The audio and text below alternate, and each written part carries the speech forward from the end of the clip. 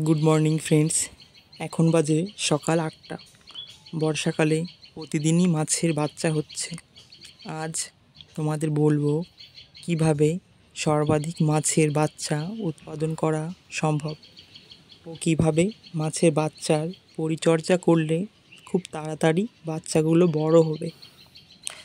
তার আগে দেখাবো আজ কতগুলো মাছের বাচ্চা পাওয়া যায়। এই ছোট্ট গামলাটার মধ্যে আমি বাচ্চা তুলছি। দেখো 7-8টা বাচ্চা উঠেছে।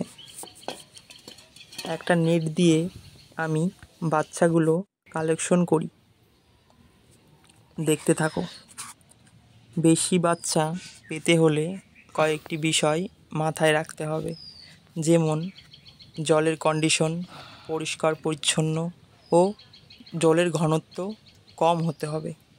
লাইভ প্লান্ট থাকতে হবে, যেমন গাপ্পি গ্রাস, অ্যামাজন প্লান্ট, অ্যাজোলা বা ছোট পানা।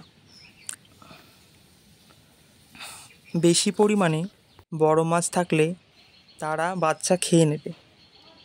বাচ্চার হাইডিং প্লেস দিতে হবে, যেমন গাপ্পি গ্রাস বা হর্নেট সব থেকে ভালো। মলি গাপ্পির জন্যে জলের উচ্চতা 2 ফুটের বেশি না হওয়াই ভালো। যে বাচ্চাগুলো পেলাম এগুলো বাচ্চার ট্যাঙ্কে রেখে দেব।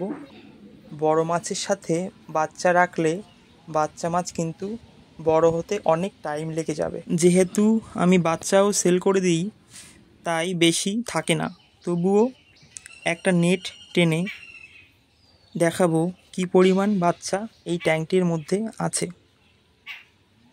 দেখো, জাস্ট একবার নেটটি ইউজ করলাম, কি পরিমাণ বাচ্চা উঠেছে। এখানে মিনিমাম 200 পিস বাচ্চা আছে।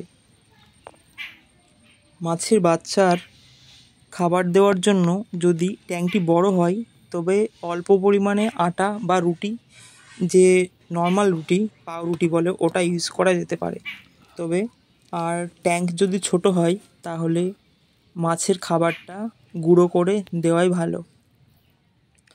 দেখো বাটির মধ্যে এই মাছের বাচ্চাগুলো তুললাম। এখানে কি পরিমাণ বাচ্চা উঠেছে জাস্ট একবার নেটটি টেনে। আমার এই ট্যাঙ্কটিতে এখনও কিন্তু বাইরে প্রচুর বাচ্চা রয়েছে। শ্যাওলার মধ্যে প্রচুর বাচ্চা ঘুরে বেড়াচ্ছে। তোমরা একটু ভালো করে দেখলেই এখানে দেখতে পাবে এখনও প্রচুর বাচ্চা রয়েছে। তবে বাচ্চাগুলো আমি সেল করছি, বাচ্চা নিতে চাইলেও তোমরা যোগাযোগ করতে পারো। এখানে ব্ল্যাক হোয়াইট মিক্স মলির বাচ্চা আছে।